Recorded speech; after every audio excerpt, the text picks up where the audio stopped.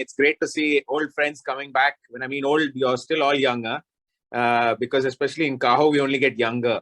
So I think that was the flavor of times. We had a fantastic session with the Pitch Fest, seeing some fantastic entrepreneurs, some really outstanding innovations that not only spanned healthcare in hospital, but well beyond the hospital, home care, preventative wellness, and disability health. So we had 113 business plans, which we shortlisted down to just under 20.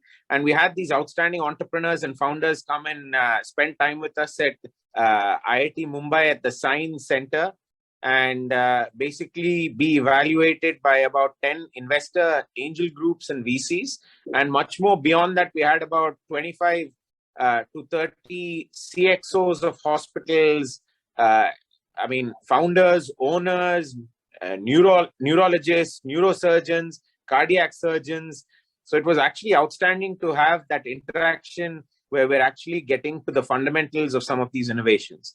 But at the end of the day, we had to have winners. We have to look for the technologies that might make a difference in the team. So I think it's with that we want to kind of have these 4 presentations. We've shortlisted these 4, 2 honorable mentions and 2 winners of the award. Thank you, Sam. So as he has given the background of how you have gone through the proper, such a long process of evaluation, and you've been selected through a jury of so many accomplished people. So we look forward to hearing from you. I think all of us are very eager to hear the solutions that you are here to present. I think the last plan is one you can't get away from. Sometimes treatment and the big dangerous C word, cancer.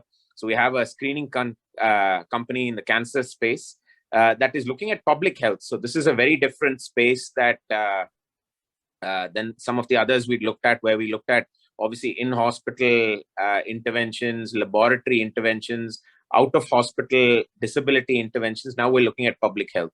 So this was the finalist in that category.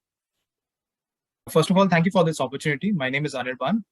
Ilabin was a 45-year-old mother of 2 who lost her life to cervical cancer last year. There are more than 67,000 such Ilabins who lose their lives every year due to cervical cancer in India, and 1 lakh new cases are detected every year. But when we look at a country like America, less than 3,000 deaths are actually recorded. And this form of cancer doesn't even figure in among the top 10 women cancers in that country.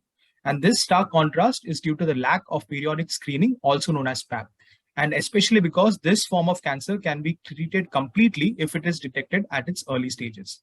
Now, due to this reason, WHO has called for a mandate which says that it should be eliminating cervical cancer mortalities by 2030, for which 70% of a country's eligible population needs to be screened.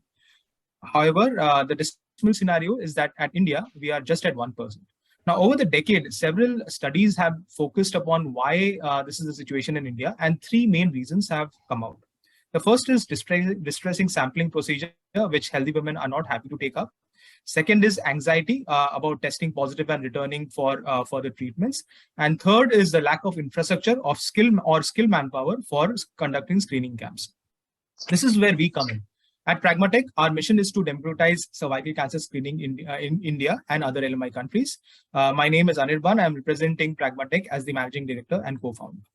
Our innovation is a point-of-care dipstick assay that detects cervical lesions at a treatable point with samples that is collected using our patented self-sampling device.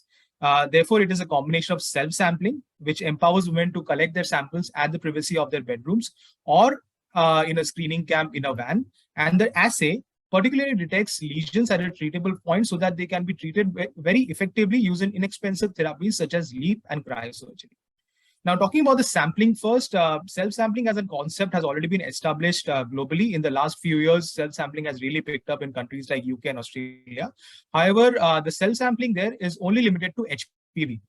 Due to the unique design and utility of our self-sampling kit, our kit is able to collect samples directly from the cervix, therefore enabling a much more accurate, reliable results, and also enabling that the same sample, if it is treated, it is tested positive with HPV, can be triaged using liquid-based cytology.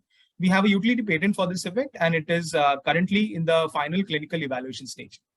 Talking about the screening, we are all aware that any form of cancer, if it is detected at its early stages, can be cured completely. However, with cervical cancer, there is essentially a pre-cancerous period which lasts from 7 to 10 years. This is exactly the targeted detection point for our cervical screening assay.